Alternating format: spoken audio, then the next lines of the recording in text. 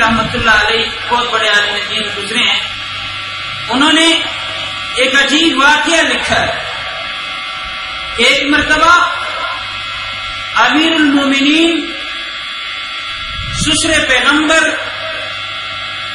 حضرت عمر بن خطاب رضی اللہ تعالی عنہ خلیفہ دوم مسلمانوں کا ان کا گزر ہو رہا تھا، جا رہے تھے اور دیکھا حضرت معاذ بن جبل رضی اللہ تعالی عنہ بیٹھے ہوئے ہیں، تشریف فرما ہے۔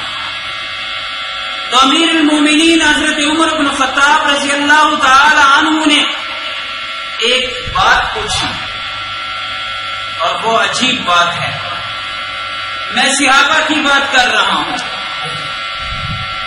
اور یہ یاد رکھنا ہمارا اور تمہارا یہ عقیدہ ہے کہ اگر تمام دنیا کے مولویوں کے اعمال کو اکٹھا کیا جائے، حاجیوں کے ثواب کو اکٹھا کیا جائے، متقی لوگوں کے تقوی کو اکٹھا کیا جائے، اولیاء اللہ کی عبادات کو اکٹھا کیا جائے، یہاں تک کہ دنیا کے ہر ثواب کو لے کر اکٹھا کیا جائے، لیکن ہمارا عقیدہ ہے اہل سنت والجماعت کا کہ صحابی کی ایک نظر، جو نظر سرکار دو عالم صلی اللہ علیہ وسلم کے چہرے مبارک کی طرف گئی ہے وہ اس کا مقابلہ بھی نہیں کر سکتا۔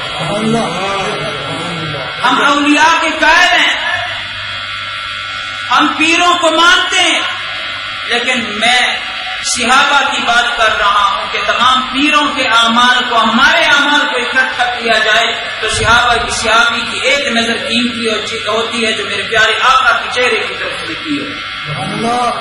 حضرت عمر فاروق رضی اللہ تعالیٰ عنہ فرماتے ہیں حضرت معاذ سے، یا معاذ ما قوام هذه الامہ، میں ایک بات پوچھنا چاہتا ہوں، اس امت کی درستگی کس بات میں ہے؟ اس امت کی درستگی کا ڈھانچہ کیا ہے؟ یہ امت کون سے کام کرے تو ہم ان کو ٹھیک کہیں گے؟ عجیب سوال ہے۔ آج تو ہم فرقوں میں بٹکے ہوئے ہیں، ہمیں فرقوں سے فرصت نہیں، مولوی اچھال رہے ہیں اور ہم آپس میں لگے ہوئے ہیں، جھگڑے کر رہے ہیں۔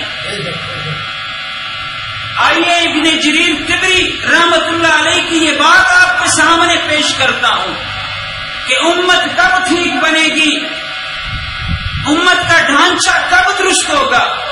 اور یاد رکھنا، بٹھوں میں آپ نے دیکھا ہوگا جب اینٹ بناتے ہیں مستری لوگ، اینٹ بنانے والے مزدور، تو اگر اینٹ کا ڈھانچہ تھوڑا سا بھی فرق ہو تو اینٹ ٹیڑھی نکل آتی ہے۔ میں نے اینٹ کے لیے اس ڈھانچے کا سیدھا ہونا، درست ہونا بہت ضروری ہے۔ اسی طرح ہمارے لیے بھی اگر ہم اپنے فطرت کو ٹھیک کرنا چاہتے ہیں تو اپنے ڈھانچے کو درست کرنا پڑے گا۔ حضرت عمر رضی اللہ تعالی عنہ نے معاذ سے یہی سوال کیا، ما قوام هذه الامہ، اس امت کی درستگی کا ڈھانچہ کیا ہے؟ قربان جاؤں، معاذ نے عجیب بات کہہ دی۔ معاذ نے کہا، عمر امیر المومنین خلیفۃ المسلمین، تین کام اگر امت میں آ جائیں، ہن منجیات، وہ تین کام ایسے ہے کہ امت درست بھی ہو جائے گی اور درست ہونے کے بعد عجیب بات بتلا دی، ان منجیات، اگر ہم مر جائیں، قبر میں دفن کر دیے جائیں اور اس اندھیری کال کوٹری میں تمام عذابوں سے ہماری نجات ہوگی اگر یہ تین کام کسی کے اندر موجود ہے۔ اور یاد رکھنا، صحابی کی بات اولیاء سے زیادہ معتبر ہوتی ہے۔ فرمایا پہلا کام امت کی درستگی کے لیے اخلاص ہے کہ اپنے اندر اخلاص پیدا کرے۔ اکثر میں فرمایا کرتا ہوں، یہ بات کیا کرتا ہوں کہ ہم کوٹیاں بناتے ہیں، مکان بناتے ہیں، ہم لوگ بڑی کوشش کرتے ہیں، بنیادیں ٹھیک طریقے سے لگاتے ہیں، سریا لگاتے ہیں، مضبوط ترین بنیاد لگاتے ہیں۔ اگر بنیاد نہ ہو صحیح تو چند سالوں میں وہ گھر واپس گر جائے، اور جس گھر کے دیوار بھی ہم بناتے ہیں، اور اسی طرح دیواروں پہ ہم لینٹر بھی ڈالتے ہیں، چھت بھی ڈالتے ہیں۔ اکثر یہ بات میں مجمع سے پوچھا کرتا ہوں کہ مجھے بتاؤ اسلام کی چھت کیا ہے، مجھے یہ بتاؤ، مکان کی چھت کو تو تم پہچان لیتے ہو، اسلام کی دیوار کیا ہے؟ اور میں یہ پوچھنا چاہتا ہوں کہ اسلام کی بنیاد کیا ہے؟ آج میں تمہارے سامنے یہ بات بڑی وضاحت کے ساتھ رکھنا چاہتا ہوں کہ حضرت معاذ نے ویسے بات نہیں کہہ دی کہ امت کی درستگی کا ڈھانچہ، کہ امت کے لیے سب سے پہلا کام جو ضروری ہے وہ اخلاص ہے، ویسے نہیں کہا، اس کی کوئی وجوہات ہے۔ جب میں پورے دین پر نظر ڈالتا ہوں تو مجھے یہ بات بڑی وضاحت کے ساتھ نظر آتی ہے کہ جس طرح ہمارے مکان کی بنیادوں کا پکا ہونا ضروری ہے، تو اسلام کی بنیاد کیا ہے؟ اسلام کی بنیاد اخلاص ہے۔ اللہ الدین الخالص، اللہ کے لیے خالص دین، ذالک دین القیم، یہی سیدھا دین ہے۔ اخلاص اسلام کی بنیاد ہے۔ مکان کے لیے دیوار کا ہونا ضروری ہے، تو ہمارے لیے دیوار کیا ہے؟ مسلمانوں کے لیے ہمارے لیے دیوار اخلاق حسنہ ہے۔ اخلاق حسنہ، بہترین اخلاق۔ جس بندے کے اخلاق اچھے ہوں گے کبھی بھی اس کو کوئی تھپڑ نہیں مارے گا، کبھی بھی بری بات معاشرے میں کوئی اس کو نہیں کہے گا۔ جس طرح دیوار آندھیوں سے ہماری حفاظت کرتی ہے، اسی طرح اخلاق حسنہ بندے کے تمام شرور سے حفاظت کرتی ہے، کوئی بھی اسے کچھ نہیں کہتا، جس طرح کی دیوار کھڑی ہوتی ہے۔ اور اسلام کی دیوار اخلاق حسنہ ہے۔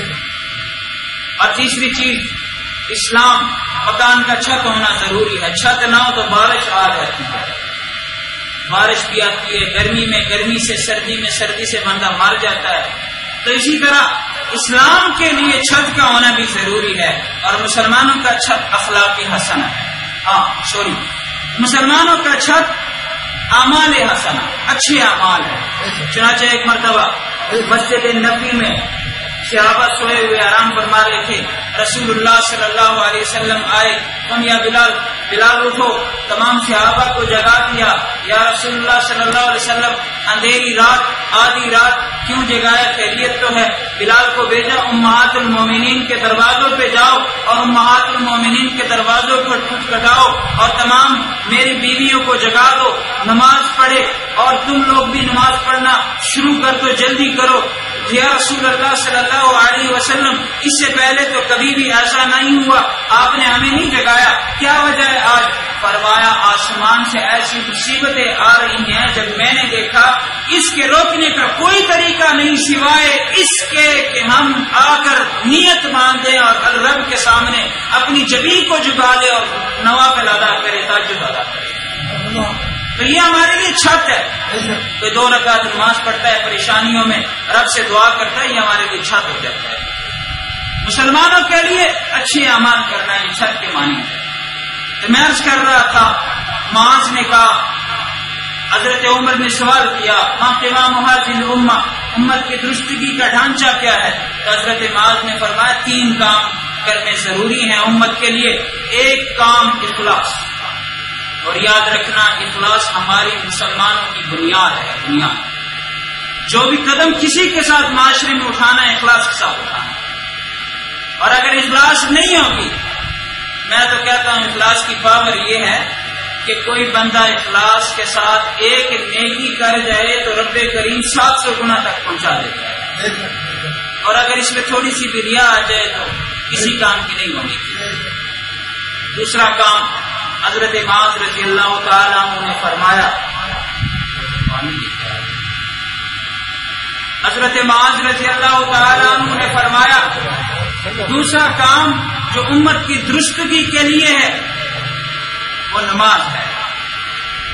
امت نماز پڑھے گی تو کام درست ہوگا۔ دوسرا کام امت میں یہ ہونا چاہیے، اخلاص کے بعد نماز پڑھنی چاہیے، اور کفر اور مسلمانی کے درمیان بھی نماز کا فرق ہے۔ بندے کو نماز پڑھنا چاہیے۔ اللہ رب العزت ہمیں 5 وقت نماز ادا کرنے کی توفیق عنایت فرمائے۔ اور تیسرا کام، حضرت معاذ رضی اللہ تعالیٰ عنہ نے فرمایا کہ اس امت کی درستگی کے ڈھانچے کے لیے تیسرے کام جو سب سے ضروری ہے وہ اطاعت رسول ہے۔ وہ کیا ہے؟ بولے ذرا، اطاعت رسول ہے۔ اطاعت رسول کس کو کہتے ہیں میں تفصیل میں نہیں جانا چاہتا، لیکن ایک بات اللہ رب العزت فرماتے ہیں جو مجھے خوش کرنا چاہتا ہے تو وہ رسول اللہ صلی اللہ علیہ وسلم کی اطاعت کرے، رسول اللہ صلی اللہ علیہ وسلم کی فرمانبرداری کرے، تو آپ صلی اللہ علیہ وسلم کی میلاد کو مانے۔ الفاظ ذکر کس کو مانے؟ آپ صلی اللہ علیہ وسلم کی میلاد کو مانے۔ بولے آپ میلاد نہیں مانتے، کس کو مانے؟ میلاد کو مانے۔ اور میلاد کی بھی دو قسمیں ہیں، ذرا غور کرنا، دو قسمیں ہیں، ایک ہے میلاد جسمانی اور ایک ہے روحانی۔ جسمانی میلاد اس کو کہتے ہیں آپ صلی اللہ علیہ وسلم 9 ربیع الاول یا 12 ربیع الاول کو پیدا ہوئے ہیں، سوار کے دن صبح کے ٹائم پیدا ہوئے، اس کو جسمانی میلاد کہتے ہیں۔ یہ ہمارے بس میں نہیں ہے، کسی باپ کے بس میں یہ بات نہیں ہے کہ بچے کو 12 ربیع الاول پیدا کرے، کسی کی بس میں ہے بات؟ سوار کے دن پیدا کرنا ہماری بس کی بات ہے؟ صبح کے ٹائم اپنے اولاد کو پیدا کرنا ہماری بس کی بات ہے؟ نہیں۔ ہاں ایک ہے روحانی میلاد، اور ہم اسی کے قائل ہیں۔ 63 سالہ زندگی میں دیکھا جائے اور 23 سالہ نبوت کی زندگی میں دیکھا جائے اور قرآن مجید کی اس آیت کو دیکھا جائے، لقد کان لکم فی رسول اللہ اسوۃ حسنہ، کہ آپ صلی اللہ علیہ وسلم کی روحانی میلاد کیا ہے، عادات کیا ہے، صفات کیا ہے، اخلاق کیا ہے، اقوال کیا ہے، آپ صلی اللہ علیہ وسلم کا چہرہ مبارک کیسے تھا اور آپ صلی اللہ علیہ وسلم کا چلن کیسے تھا، گفتار کیسی تھی۔ اگر ان چیزوں کو مسلمان اپنائے گا تو پھر جا کر کامیاب ہوگا، اور اسی کو اطاعت رسول کہتے ہیں۔ میں تفصیل میں نہیں جانا چاہتا۔ حضرت معاذ رضی اللہ تعالی عنہ نے جواب دیا کہ امت کا ڈھانچہ 3 چیزوں پر قائم ہے، لہذا آج سیکھ کے جانا یہ کوئی فرقے کی بات نہیں ہے، مسلمانی کی بات ہے، یہ قرآن کی بات ہے، یہ صحابہ کی بات ہے۔ آج مولوی تمہیں فرقوں کی طرف دھکیل رہے ہیں اور میں کوشش کر رہا ہوں نکالنے کی۔